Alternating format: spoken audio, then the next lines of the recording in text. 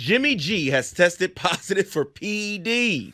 Was he using the right ones? Per Ian Rappaport, former from the NFL, the suspension is now official. Jimmy G is suspended for the first 2 games of the 2024 regular season for violating the policy on performance-enhancing substances. Here's what's key to this, though, is they can now void the contract that he had and he signed with the Raiders, and they can save now $11 million by doing that this year. So the old Mel Tucker clause, we're going to wait for you to do something stupid so we can void this contract and you can save us from us. Yeah, I saw that he took something that wasn't prescribed, some medication that he used that he didn't have an actual prescription for. So that's why I had the 2 games. Dude, if you're going to cheat, at least win. Don't cheat. Could have fooled me. If I was him, I'd go, in my defense, look at how I played this year. There was no performance enhancing going on. Right. I played for the Raiders. I had to be high. Come on. Seriously. So he's waived. He wasn't going to be there will be anyway. waived. Yeah. So let's talk about another player that may be waived, may not be waived. Interesting because this happened last year. It's Joe Mixon. Rumors again have surfaced that the Bengals were set or are set to release him, but Mixon is refuting that rumor on Twitter, responding to one of the reporters saying, laughing out loud, y'all said this last year too. That's clown behavior. Now, they released him this year. First of all, there's a $3 million roster bonus due on March 16th. If they decide to release him, that would save $6 million under the cap. So we'll know more about this later. Yeah, we will. He's laughing at the report saying they may release him. Last year, the same thing happened. A report came out. They had eventually worked out a deal, and they kept him. Is it just time for Joe Mixon to go? I mean, they have T. Higgins to pay for. Joe Burrow got an extension. It's just time, right? I mean, at this point, this is where players have to decide how much do you still want to keep playing in the league on this certain team? Because that number that you really want, you're not the main guy. So if you come up with a reasonable number, yeah, you could come back. But you walk in there saying, I want, some Saquon type money. No, we're good. You can leave. There's a door. Nixon will be 28 going into next season. Oh, my goodness. For a running back? It's ancient. Fossilized. Did have 1,000 yards. Does catch the ball out of the backfield. He's good. He's a good player. The thing is, if you're Joe Mixon, don't price yourself out of the Cincinnati market. And they'll work with them, and you can stay. But you're not a high priority for them. Well, let's talk about the high priority. Let's talk about his current teammate at the moment. We'll see. It's T. Higgins.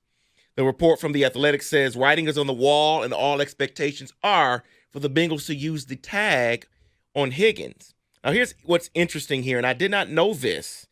Part of Joe Burrow's contract, he has a number of $29.7 million for this year. So basically, they baked it in to where they could tag Higgins and still fit him in under the Burrow extension. But just for the 1 year. Yeah. But my question to you is, do they just decide to trade him? Is he on the roster, on the Bengals roster come September of 2024? If the Bengals are smart, no, he's not. If the Bengals are smart, wide receivers are not the end-all, be-all. There are only a couple that you got to make sure you keep around. He's not one. And if you think that I'm making this up, Kansas City let go of Tyreek Hill and went back-to-back and won 2 Super Bowls. You don't miss wide receivers. You can replace them. Is it going to be difficult? Yeah, that's what your scouting department is for. So, yes, if the Bengals are smart, you franchise him this year if you want one more go-around because Burrow was hurt and you thought maybe we missed out on something. But this is it. And if somebody offers you a deal for him, you take it. Yeah, I mean, how many high-profile receivers can you pay top dollar? They already have Jamar Chase. Their quarterback's getting paid. Tough decisions. I don't think he's there long-term. I think Rico's right. It's 1 year, and if someone blows him away, you trade him. Mm-hmm. Well, let's get into this story because everything's starting to leak out about the Patriots QB room. The room was, quote-unquote, toxic. Oh, you don't say.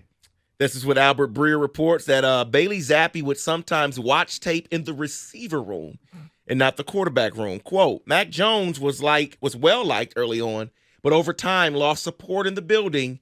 The quarterback room was in the last 2 years got toxic to the point where Bailey Zappi was watching in the receiver room.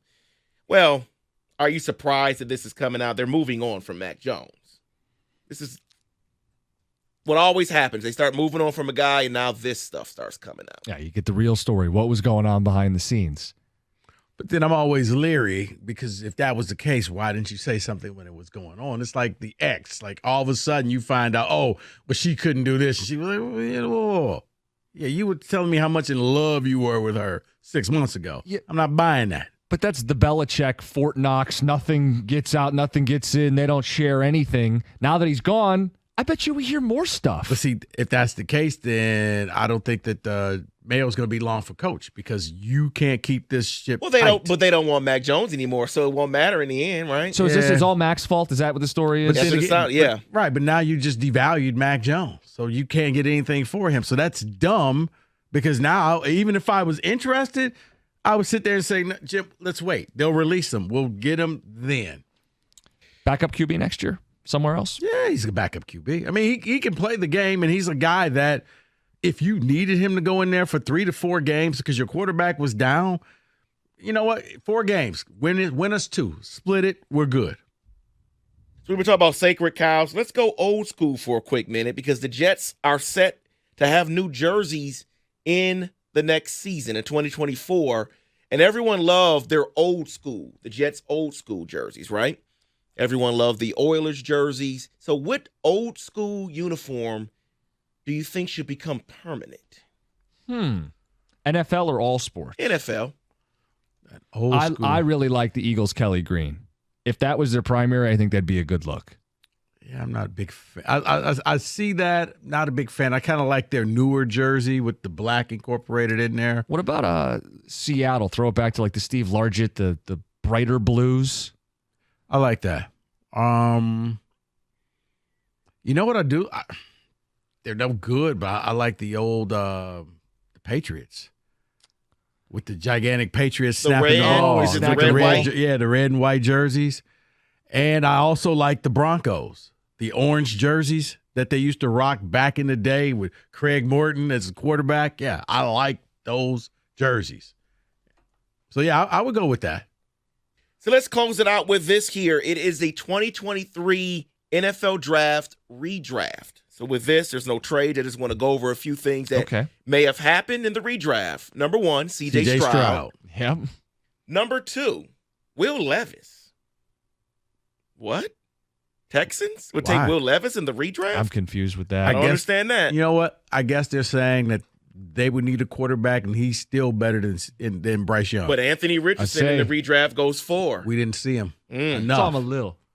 Richardson is still a little bit of a mystery because you thought he was about to do something, and just when he got right there, done for the year. Number 3, Puka Nacua would go to the Cardinals. I think that makes sense. Oh, Offensive Rookie of the Year behind Stroud. There's a person you're missing. Okay, who am I missing? Keep going. Who's 4? Oh, you said Anthony Richardson. Who's 5? Devin Witherspoon would go there still. Really? Yep. It's fine. I didn't think. Okay. I'm sorry. Did Will Anderson die? Hold on. Number 6 would be the Lions because there's no trade backs. There's no none of that. Yeah. Rashee Rice. What? Number 7, the Raiders would take Jalen Carter. What? Will Anderson. Number 8, the Falcons would take Kobe Turner. Okay, David. Number 9, the Bears would take Will Anderson. He was a defensive player of the year. And he would still go number 9 in the redraft. Do you know how angry I would be, even in the redraft, if the Lions had a chance to take him and passed on him? I'm mad and it didn't happen. Like, how could you let this happen? We all wanted him last year. It was so obvious the guy was going to be an instant success, and he was. And just of note, so people know, just so I can mention it, Detroit-based, 13, Brian Branch goes to the Packers. I can see him moving up. 18, the Lions still take Sam Laporta. See, I disagree with that. Knowing what we know now, that's this draft, Laporta is higher than 18. He should go higher than 18. Agreed. And at number 25, Jahmyr Gibbs goes to the Will Levis Giants. went 2. Yeah. You could have told me Laporta at 2, and I could have made a better argument. I agree. Than Will Levis. I agree. Jaden Reed. You would get fired if you knew then what you know now and you still took him at 2. You're fired. Jaden I'm Reed, sorry. by the way, goes number 22 to the Ravens in this redraft. So, Yeah, I mean, he was third round. Yeah. He was a steal that the Packers found, kind of like Branch here in Detroit. Somebody you got in the later round that's going to be a monster for you for years to come. And that is in football today.